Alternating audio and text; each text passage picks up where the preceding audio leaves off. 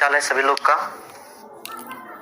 आज जो है आपका ये 5वां चैप्टर स्टार्ट हो रहा है इकोनॉमिक्स का, और 5वां चैप्टर जिसका नाम है रोजगार एवं सेवाएं। क्या नाम है? रोजगार एवं सेवाएं। ठीक है। Good evening. सबका कमेंट आ रहा है, सभी लोगों का कमेंट आ रहा है, ठीक ना? थोड़ा गिफ्ट हटा दीजिए तो।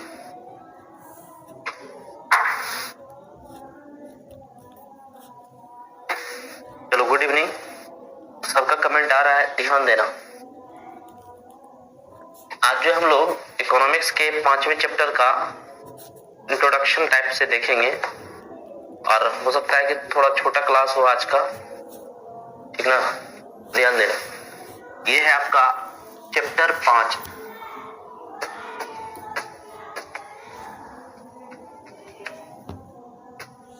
चैप्टर 5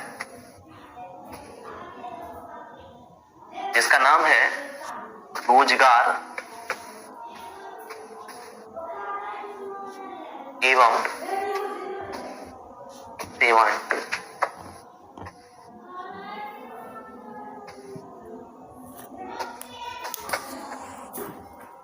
ठीक ना? रोजगार एवं सेवाएं। गुड इवनिंग सबको, गुड इवनिंग है, ठीक है? गुड इवनिंग है सबको।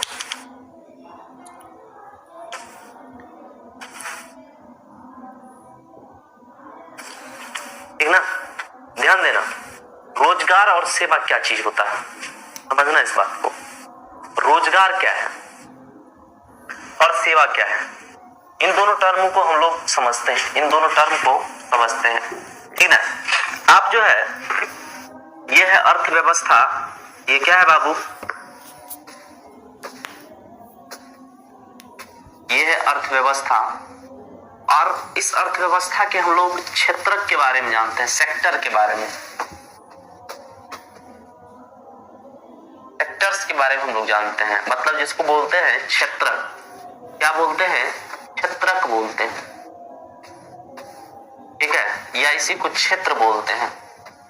इसे क्या बोलते हैं बाबू? क्षेत्र बोलते हैं, ठीक ना? क्षेत्रक या क्षेत्र बोलते हैं। हम लोगों ने अब तक देखा है पहले ही चैप्टर में 3 क्षेत्र के बारे में। ध्यान दो सब कोई, बोर्ड पर ध्यान देना। 3 क्षेत्र के बारे में हम लोगों ने अभी तक पढ़ा है। क्या क्या? कृषि क्षेत्र, कृषि क्षेत्र जिसको प्राथमिक क्षेत्र भी कहते हैं, प्राथमिक क्षेत्र। उद्योग क्षेत्र,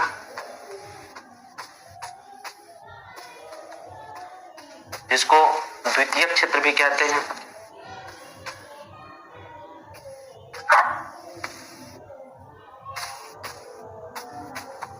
द्वितीयक क्षेत्र भी कहते हैं।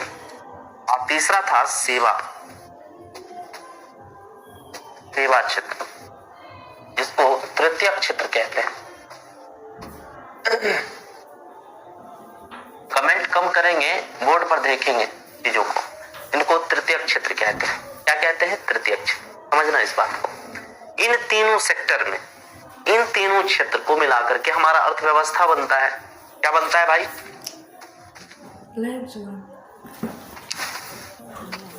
संस्कृत की क्लास 2 दिन के बाद होगी, ठीक है? संस्कृत की क्लास जो है 2 दिन के बाद होगी, और संस्कृत हिंदी की क्लास आपकी कंटिन्यू लेंगे प्रणव सर, और 2 घंटे 3 घंटे की क्लास रोज चलेगी। कल मॉर्निंग में जो है आपकी मैथ्स की क्लास 7 से 9 चलेगी। मॉर्निंग में मैथ्स की क्लास 7 से 9 चलेगी। आज अभी इस क्लास के बाद जो है हिस्ट्री की क्लास आपके इंद्रजीत सर में भी ले सकते हैं, ठीक है? जैसा कि उन्होंने आज इन्फॉर्म किया कि शाम 7:15 के बाद वो क्लास लेंगे। बायोलॉजी और केमिस्ट्री की क्लास अभी फिलहाल नहीं चल रही है, क्योंकि ललन सर नहीं आए हुए हैं, ठीक ना? बाबू उदास नहीं है, ठीक है? सारा चीज ठीक ठाक है, बढ़िया है। आप लोग पढ़ाई पे ध्यान दीजिए, हम ठीक है। हाँ कोई बात नहीं है, लगता है बहुत चीज लगता है बाबू जिंदगी में, ठीक ना? जिंदगी में बहुत सारी चीजें ऐसा लगता है कि जो कि रियल होता है, बट होता नहीं है वो रियल। तो आंखों को कभी कभी धोखा हो जाती है, वो चीज नहीं देखनी है, ध्यान देना है बोर्ड पे। अर्थव्यवस्था की ये सेक्टर है, 3 क्षेत्र है, यहीं पर हम लोग जानेंगे इस, चूंकि चैप्टर का नाम है क्या, रोजगार एवं सेवाएं। बस इस चैप्टर को आप समझ जाओ, पूरा का पूरा कहानी समझ में आ जाएगी। रोजगार एवं सेवाएं, रोजगार एवं सेवाएं। ध्यान देना, रोजगार का मतलब क्या होता है? रोजगार का मतलब क्या होता है?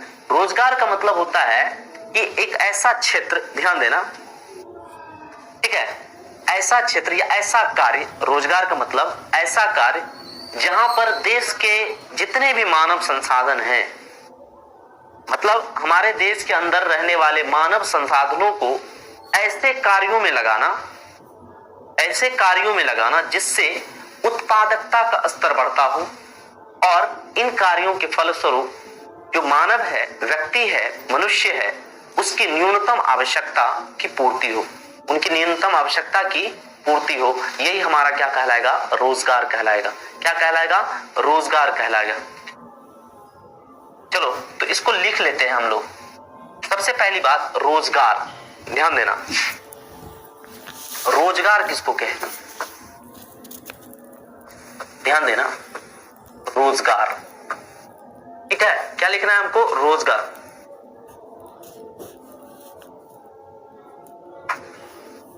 ठीक है, तो ध्यान देना, रोजगार से हमारा तात्पर्य, यानी लिखना है इसमें, रोजगार से हमारा तात्पर्य, हमारा तात्पर्य, रोजगार से हमारा तात्पर्य देश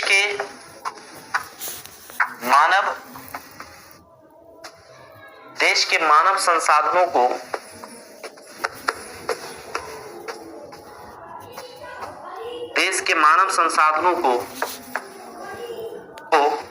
ऐसे कार्यों में लगाना, ध्यान देना, ऐसे कार्यों में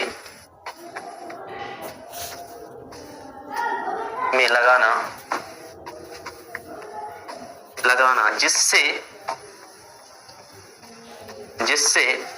उत्पादकता का स्तर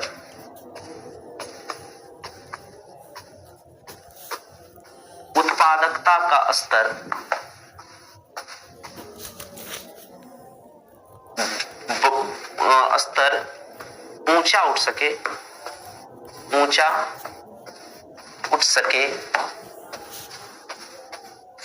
और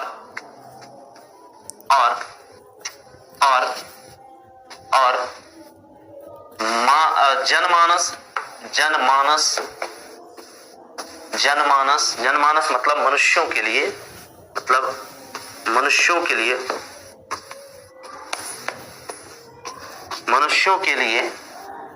न्यूनतम आवश्यकता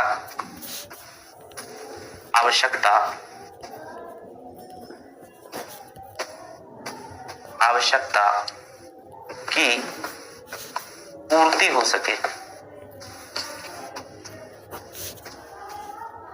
सके, न्यूनतम आवश्यकता की पूर्ति हो सके। हमारी आवाज में बदलाव नहीं हुआ है, ठीक है, हमारी आवाज में बदलाव नहीं हुआ है। ये जो माइक है ना, थोड़ा कम वॉल्यूम में काम कर रहा है, इसलिए आप लोगों को लगता होगा कि हमारी आवाज में बदलाव हो गया है, ठीक है। ध्यान दीजिए बोर्ड पर, बस बोर्ड पर ध्यान दीजिए और पढ़ाई कीजिए जम के। तो रोजगार से हमारा तात्पर्य क्या होगा कि रोजगार से हमारा तात्पर्य है देश के मानव संसाधन जो है, हमारा जो मानव संसाधन, हम जो मानव संसाधन है उनको ऐसे कार्य में लगाना जहां पर उत्पादकता का स्तर बढ़ सके। जैसे कृषि के क्षेत्र में हम लोगों ने मानव को लगाया, मनुष्यों को लगाया, पैदावार बढ़ गया, उद्योग में लगाया, उत्पादन बढ़ गया, सेवा क्षेत्र में लगाया हमने मनुष्यों को, वहां पर क्या हुआ? उत्पादकता बढ़ गई। तो इस उत्पादकता के बढ़ने से क्या होगा भाई? तो जनमानस मतलब मनुष्य की जो न्यूनतम आवश्यकता है उसको पूरा किया जा सके, उनकी पूर्ति हो सके। तो अब समझेंगे हम लोग यहाँ पर न्यूनतम आवश्यकता के बारे में। न्यूनतम आवश्यकता, मनुष्यों की न्यूनतम आवश्यकता, मनुष्यों की न्यूनतम आवश्यकता,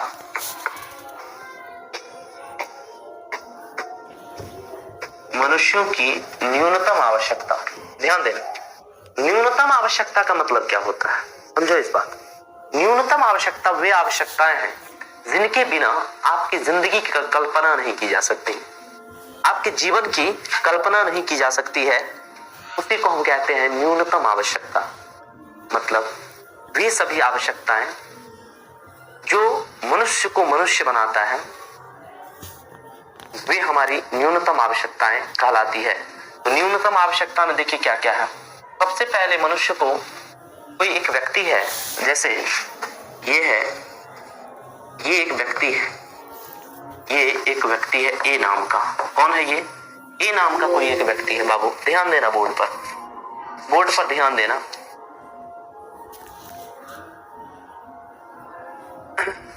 मैडम से झगड़ा नहीं हुआ है बाबू, ठीक ना? ठीक है, मैडम से झगड़ा उड़ा नहीं हुआ है, ठीक है, ध्यान देना। यहाँ पर बोर्ड पे ध्यान दो, फालतू की कमेंट मत करो, ब्लॉक कर दिए जाओगे, ठीक है। तो ए नाम की व्यक्ति है, इस व्यक्ति को जिंदा रहने के लिए सबसे पहले क्या चाहिए? रोटी चाहिए। रोटी, जिसको बोलते हैं भोजन, भोजन चाहिए। मतलब मनुष्य की न्यूनतम आवश्यकता में पहली आवश्यकता क्या है? जिंदा रहने के लिए व्यक्ति को भोजन चाहिए। क्या चाहिए? भोजन, फूड की आवश्यकता होती है। रोटी चाहिए, भोजन चाहिए, क्योंकि भोजन के बिना मनुष्य जिंदा नहीं रह सकते, जीवित नहीं रह सकते, ठीक है। ये भोजन, ये जो पेट है ना, हमारा पेट जो है, एक ये जो पेट है ना, ये पेट सब कुछ करवाता है जिंदगी में। आज जो इतना चीज आप देख रहे हैं, सिर्फ और सिर्फ एक ही इस पेट की पूर्ति के लिए, भूख की पूर्ति के लिए लोग करते हैं सारा काम, और वरना कुछ भी नहीं होता इस दुनिया में। आज हम आपको पढ़ा रहे हैं, इसलिए पढ़ा रहे हैं ताकि आप हमको पैसा दो, उस पैसे से हम अपना जीविकोपार्जन कर सके। आप इसलिए पढ़ रहे हो, बड़े होकर के आप अपने पैरों पर खड़ा हो सके, अपने लिए धन जुटा सके, अपनी आवश्यकताओं की पूर्ति कर सके, अपना पेट भर सके। तो ये शाश्वत सत्य है। आपके माँ बाप आपको इसलिए पढ़ा रहे हैं, आपको बड़ा कर रहे हैं, ताकि बुढ़ापे के समय जब उसके पास कोई सहारा नहीं होगा, उस समय आप उन्हें भोजन दे सको, ठीक है। तो मनुष्य को जिंदा रहने के लिए सबसे पहली बात, तो मनुष्य को जिंदा रहने के लिए सबसे पहली बात क्या है? भोजन की आवश्यकता। देखो बाबू,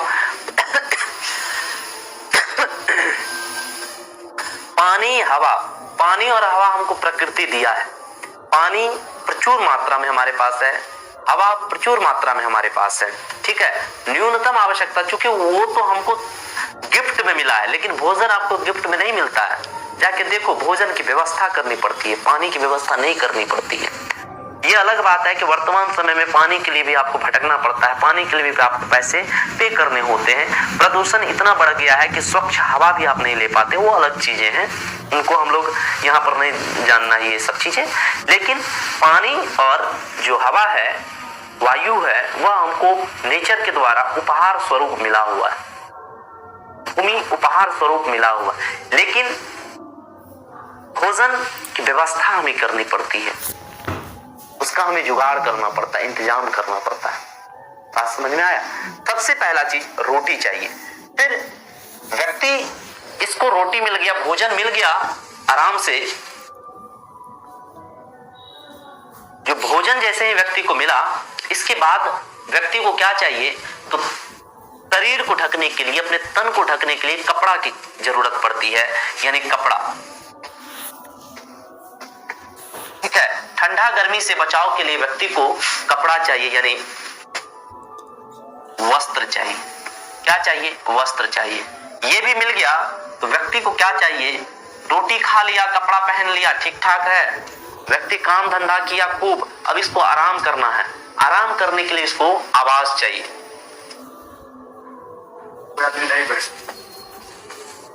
आवास, जिसको बोलते हैं घर। इसको क्या चाहिए? घर चाहिए। रोटी, कपड़ा और आवास, ये तीन मूलभूत आवश्यकताएं हैं। ये क्या है? तीन मूलभूत आवश्यकताएं मनुष्यों की। ये तीन मूलभूत आवश्यकता है, मूलभूत आवश्यकता, मूलभूत आवश्यकता है। लेकिन वर्तमान समय में ध्यान देना, वर्तमान समय में क्या है कि रोटी, कपड़ा, आवास, जिसको मकान, रोटी, कपड़ा और मकान, इसको आवास को मकान कह सकते हैं आप। देखिए हम आप ही की टर्म में इसको लिख रहे हैं मकान, ठीक है, ये है मकान, रोटी, कपड़ा और मकान। तीन महत्वपूर्ण आवश्यकता, मूलभूत आवश्यकता हो गई। इनके अलावे व्यक्ति को शिक्षा चाहिए, शिक्षा चाहिए व्यक्ति को। इनके अलावे व्यक्ति को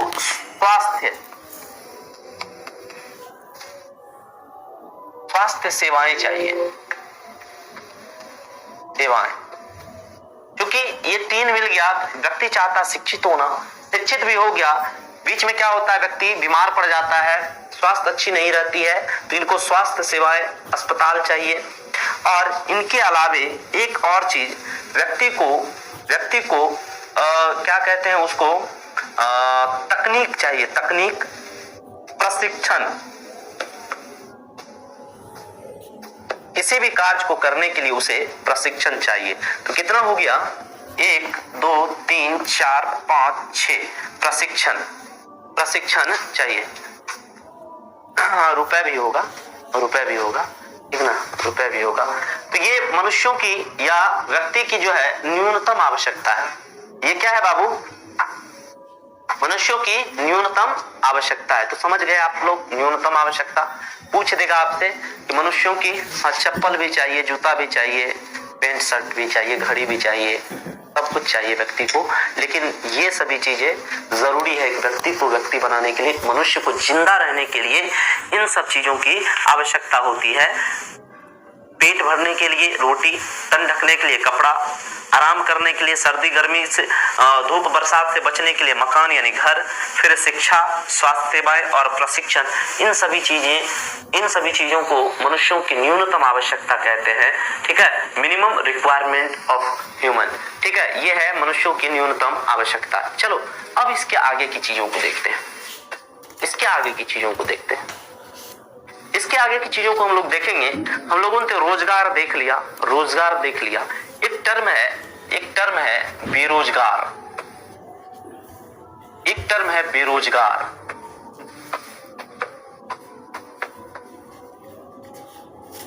इसको बोलते हैं अनएम्प्लॉयमेंट यानी बेरोजगार किसको कहेंगे? जैसे आप अभी पढ़ रहे हो तो क्या आप बेरोजगार हो?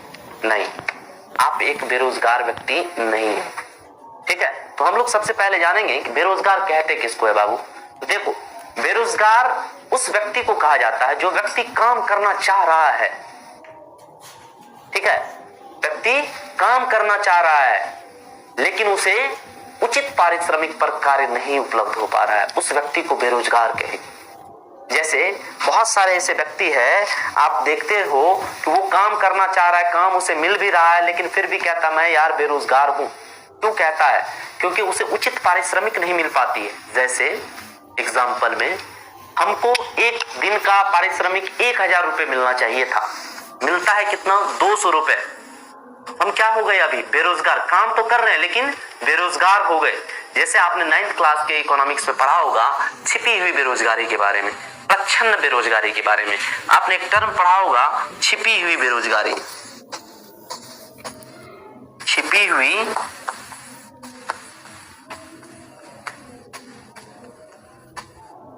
बेरोजगारी, इसी को बोलते हैं प्रच्छन्न बेरोजगारी।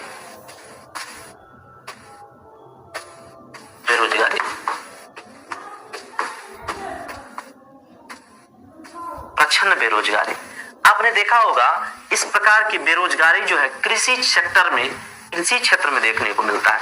किस क्षेत्र में? कृषि क्षेत्र में इस प्रकार की बेरोजगारी हमको कृषि क्षेत्र में देखने को मिलता है। किस क्षेत्र में बाबू?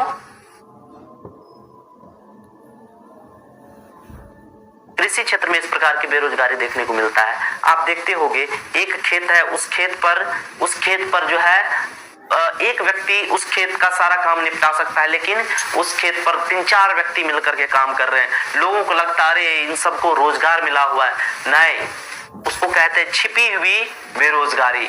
वो रोजगार तो है लेकिन वे सभी लोग तो बेरोजगार हैं दिखने में लग रहा है रोजगार, लेकिन उसको किस प्रकार की बेरोजगारी कहेंगे? छिपी हुई बेरोजगारी कहेंगे, छिपी हुई बेरोजगारी या प्रच्छन्न बेरोजगारी कहेंगे। तो ध्यान देना, हमको बेरोजगार का परिभाषा देना है, तो ध्यान देना बेरोजगार को कैसे डिफाइन करेंगे। बेरोजगार, बेरोजगार ठीक है, इसमें कहेंगे जब कोई व्यक्ति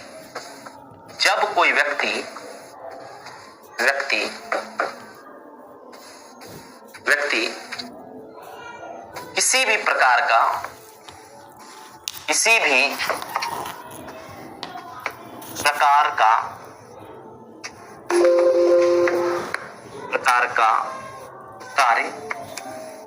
कार्य, तो किस प्रकार का कार्य भाई?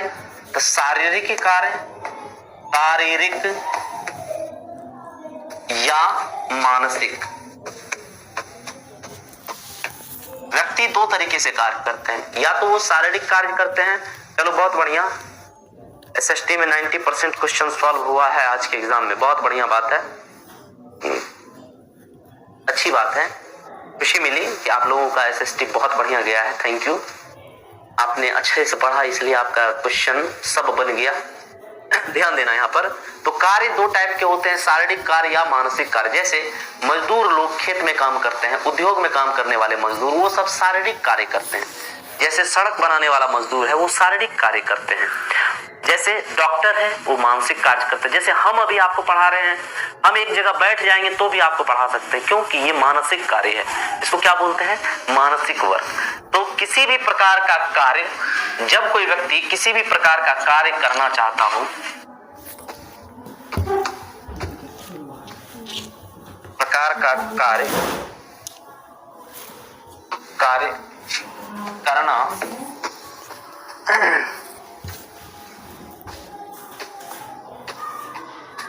चाहता है,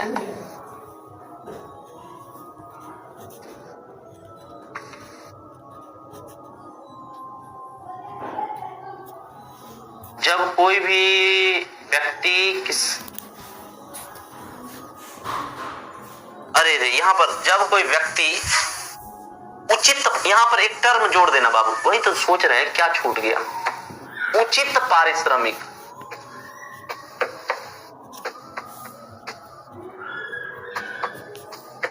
ध्यान देना, यहाँ पर एक टर्म जोड़ देना, उचित पारिश्रमिक। इसको क्या बोलते हैं? उचित पारिश्रमिक।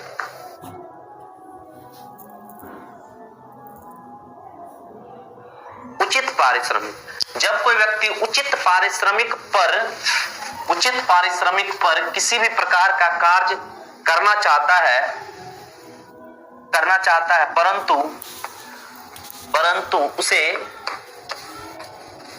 उसे कार्य या काम नहीं मिल पाता है,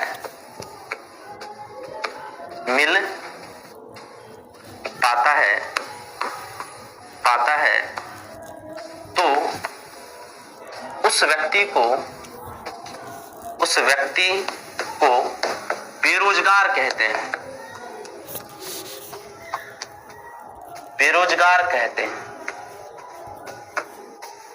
उस व्यक्ति को क्या कहेंगे? बेरोजगार कहेंगे। अर्थात कोई व्यक्ति है, वह उचित पारिश्रमिक पर कार्य करना चाह रहा है, लेकिन उस व्यक्ति को काम मिल ही नहीं रहा है, काम करना चाह रहा है परंतु काम मिल नहीं रहा है, उस व्यक्ति को हम क्या कहेंगे? बेरोजगार कहेंगे। उस व्यक्ति को बेरोजगार कहेंगे। और यह स्थिति बेरोजगारी कहलाती है।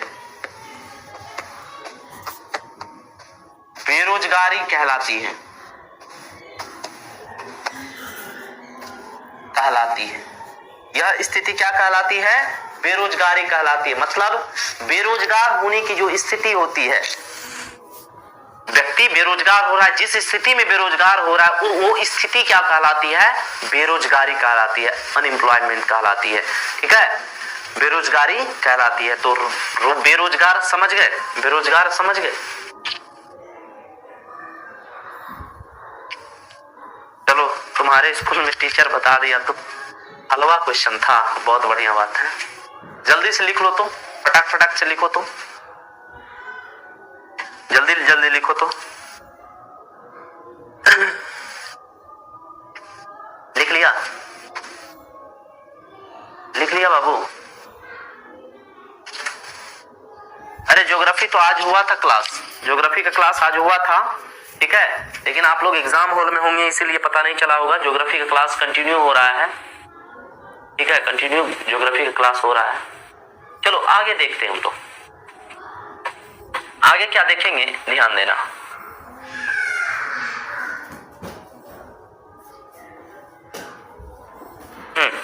आगे हम लोग देखेंगे रोजगार तो देख लिए, बेरोजगार भी हम लोग देख लिए, सेवा देखेंगे। सेवा, सेवा यह क्या है भाई? अर्थव्यवस्था की एक, ये है अर्थव्यवस्था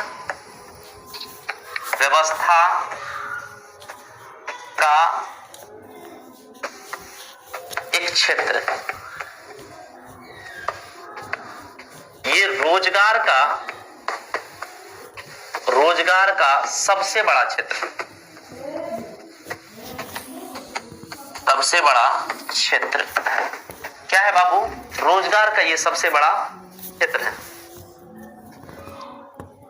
हम इस 5वें चैप्टर को पढ़ाने के बाद 6ठा चैप्टर पढ़ाएंगे, 7वां चैप्टर पढ़ाएंगे, फिर हमारी सेवाएं समाप्त हो जाएगी, ठीक है, फिर हमारी सेवा समाप्त हो जाएगी आप लोगों के लिए। तो अब जो है आप लोग ध्यान से 5वां चैप्टर, 6ठा चैप्टर और 7वां चैप्टर हमसे पढ़ लेंगे। फिर जो है एसएसटी के जो पोर्शन है वो आपके इंद्रजीत सर पढ़ाएंगे, ठीक ना, वो आपके इंद्रजीत सर पढ़ाएंगे। और हाँ, मैथ्स की क्लास रिकॉर्डेड है। बचा आपका क्या कहते हैं, केमिस्ट्री वाला सेक्शन। तो केमिस्ट्री वाला सेक्शन जो भी है आपके बचे हुए सेक्शन ललन सर आके पढ़ाएंगे और ललन सर ही बायोलॉजी कंटिन्यू करेंगे। आगे के जो आपके 3 चैप्टर बायोलॉजी के बचते हैं, कंट्रोल कोऑर्डिनेशन, उसके बाद रिप्रोडक्शन और फिर क्या कहते हैं कि आपके जेनेटिक्स, ये 3 चैप्टर बचते हैं, वो आपके ललन सर आपको बायोलॉजी वहां से कंटिन्यू करके बताएंगे, पढ़ाएंगे, ठीक है। चलिए, तो सेवा अर्थव्यवस्था का एक क्षेत्र है, रोजगार का सबसे बड़ा क्षेत्र है। एक टर्म आता है रोजगार एवं सेवा में संबंध, रोजगार एवं सेवा में संबंध, रोजगार और सेवा में संबंध, ध्यान देना। यह है रोजगार, देखो संबंध क्या है जय, रोजगार, यह है सेवा, ध्यान देना। रोजगार और सेवा में क्या संबंध, रिलेशन बिटवीन ये एम्प्लॉयमेंट एंड सर्विस। रोजगार, ये है आपका रोजगार और ये है आपकी सेवा, समझ लो इस बात, रोजगार और सेवा। जहां रोजगार होगा वहां सेवा होगी, जहां सेवा होगी वहां भी रोजगार होगा, ठीक है। दोनों एक दूसरे का पूरक है, दोनों क्या है, एक दूसरे का पूरक है, दोनों में इसी को बोलते हैं अन्योन्याश्रय संबंध, ठीक है, अन्योन्याश्रय संबंध, एक के बिना दूसरा अधूरा। सेवा क्षेत्र है तो स्वाभाविक सी बात है वहां रोजगार होगी, रोजगार कोई कर रहा है सेवा क्षेत्र भी होगी ही नहीं। रोजगार एवं सेवा में यही अंतर है, एक दूसरे का पूरक है। क्या है बाबू? एक दूसरे का पूरक, एक दूसरे का पूरक है। रोजगार और सेवा क्या है? एक दूसरे का पूरक है, ठीक है। अर्थात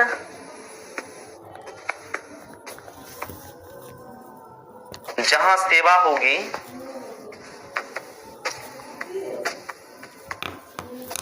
वहां रोजगार भी होगा, रोजगार भी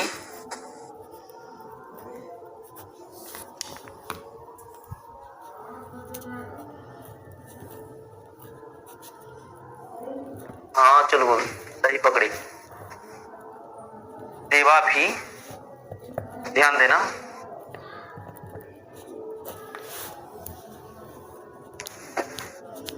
तो जहां सेवा होगी वहां रोजगार भी होगा, रोजगार भी होगा, रोजगार भी होगा, ठीक है, जहां सेवा होगी वहां रोजगार भी होगा। ये हो गया रोजगार एवं सेवा, ठीक है, रोजगार एवं सेवा। अब एक टर्म है आपका आर्थिक विकास का क्षेत्र, एक टर्म है आर्थिक विकास का क्षेत्र, आर्थिक विकास का क्षेत्र, ठीक है, आर्थिक विकास का क्षेत्र। ध्यान देना, आर्थिक विकास के 3 क्षेत्र हैं, इसके 3 क्षेत्र हैं, 3 क्षेत्र हैं, आर्थिक विकास के 3 क्षेत्र हैं। पहला क्षेत्र ध्यान दे, आर्थिक विकास के पहला क्षेत्र है कृषि। कृषि, यहां जो है लोग, देश की लगभग 67% जनसंख्या को रोजगार देता है, रोजगार प्रदान करता है।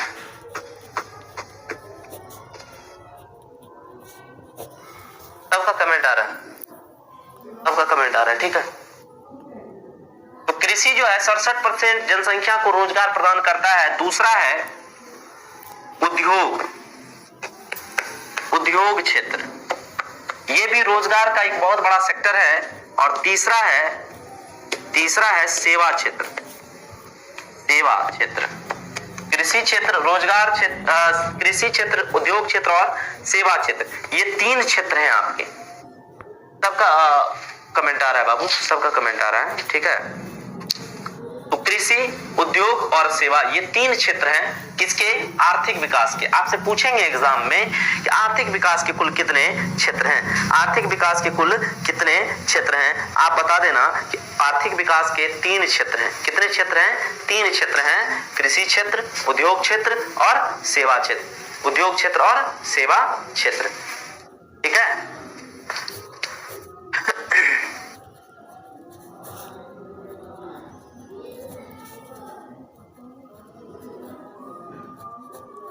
हाँ शुभम बाबू, टेंशन नहीं लेना है, ठीक है, हम है तो क्या गम है ना। चलो, आर्थिक विकास का ये क्षेत्र हो गया। तो उम्मीद करते हैं कि ये क्लास आज का जो अभी तक हम लोगों ने पढ़ा फिर से एक बार रिवाइज करते हैं फटाक से, ठीक है। जल्दी से हम लोग रिवाइज करते हैं क्या क्या हम लोगों ने पढ़ा है। अरे हम लोगों ने बहुत चीज पढ़ा है आज ना। रोजगार एवं सेवा के बारे में हमने पढ़ा, अर्थव्यवस्था के क्षेत्र इसके अंतर्गत देखा, फिर हम लोगों ने देखा रोजगार किसको कहते हैं, मनुष्यों की न्यूनतम आवश्यकता क्या क्या है, बेरोजगार किसको कहते हैं, बेरोजगारी क्या होती है, सेवा क्या होता है, रोजगार एवं सेवा में क्या संबंध है, आर्थिक विकास का क्षेत्र कौन कौन से हैं, आर्थिक विकास का क्षेत्र कौन कौन से हैं। एक टॉपिक है सेवा क्षेत्र की भूमिका के बारे में, ठीक है, रोजगार में सेवा क्षेत्र की भूमिका के बारे में ध्यान दीजिएगा। ये जो रोजगार है, एम्प्लॉयमेंट है, इसमें सेवा क्षेत्र की सबसे बड़ी भूमिका है। वर्तमान समय में अधिकतर जनसंख्या को सेवा क्षेत्र के द्वारा रोजगार उपलब्ध करवाए जाते हैं। सेवा क्षेत्र जिसके अंतर्गत स्वास्थ्य, बैंकिंग, बीमा, स्कूल, अस्पताल, इसके बाद संचार, यातायात, परिवहन, IT sector, hotel management, restaurant, ये सभी के सभी जो है वर्तमान समय में सेवा क्षेत्र का बहुत बड़ा अंग है।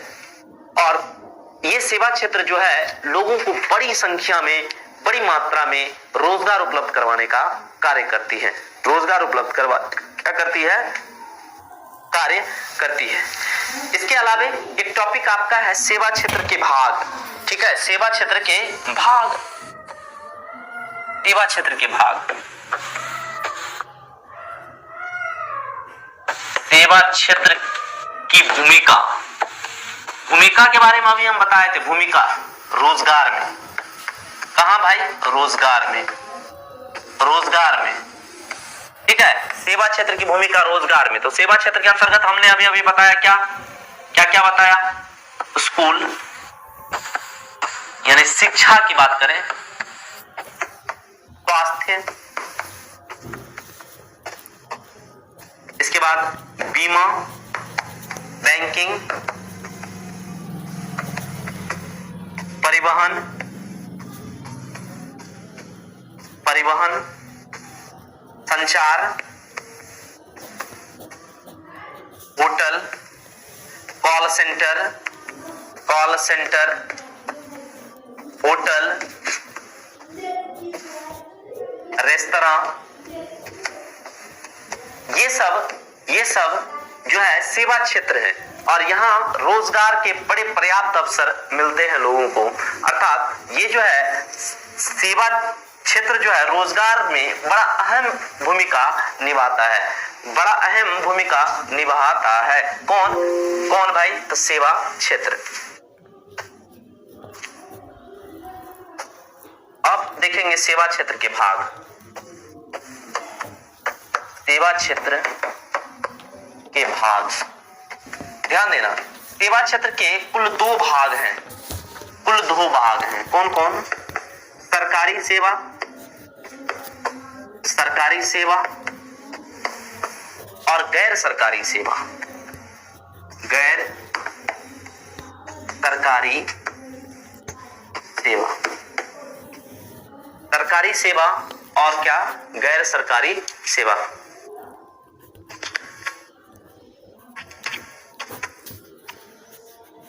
अरे यार हद है, मैं सेड नहीं हूं, ठीक है, मैं सेड नहीं हूं। आपको कैसे लग रहा है कि मैं सेड हूं? आपको मजा नहीं आ रहा है पढ़ने? इतना मजा तो आ रहा है सबको, है? ये गलत बात है। तो सेवा क्षेत्र के भाग में एक सरकारी सेवा और एक हो गया गैर सरकारी सेवा। ध्यान देना, ऐसा सेवा जहां पर सरकार के द्वारा वेतन दिया जाता हो, पारिश्रमिक दिया जाता हो सेवा करने के बदले, उसको सरकारी सेवा कहते हैं। जैसे सैन्य सेवा, जैसे सैन्य सेवा, जैसे सैन्य सेवा हो गया, जैसे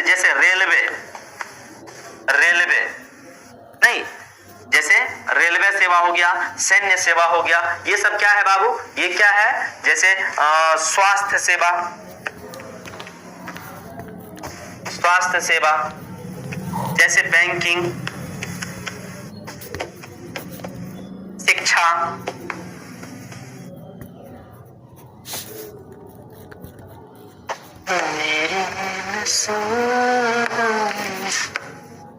शिक्षा सेवा। इन सभी सेवाओं के बदले सरकार के द्वारा व्यक्ति को मंथली दिया जाता है, पारिश्रमिक दिया जाता है, मासिक वेतन दिया जाता है। नहीं, और गैर सरकारी सेवा में बहुत सारे इनका भी सेवा, जैसे स्वास्थ्य सेवा भी गैर सरकारी के अंतर्गत आएगा, शिक्षा भी गैर सरकारी के अंतर्गत आएगा और भी यातायात भी गैर सरकारी के अंतर्गत आते हैं। तो इन सेवाओं के अंतर्गत व्यक्ति को जो पारिश्रमिक मिलता है गैर सरकारी संस्था के द्वारा दिया जाता है। मतलब निजी व्यक्ति के हाथों में ये सभी चीजें होती है और उन्हीं के द्वारा इसका पेमेंट किया जाता है। ठीक है, तो उम्मीद करते हैं आप लोगों को समझ में आया होगा। तो आज का क्लास यहीं पर आपका एंड होता है। मिलते हैं अगले क्लास में, तब तक के लिए आप लोग हंसते मुस्कुराते और दंदनाते रहिए। ठीक है, बहुत जल्द हम लोग का सिलेबस कंप्लीट हो जाएगा, फिर हम आपसे और आप हमसे बाय बाय टाटा हो जाएगा। थैंक यू, मिलते हैं अगले क्लास में। Thank you.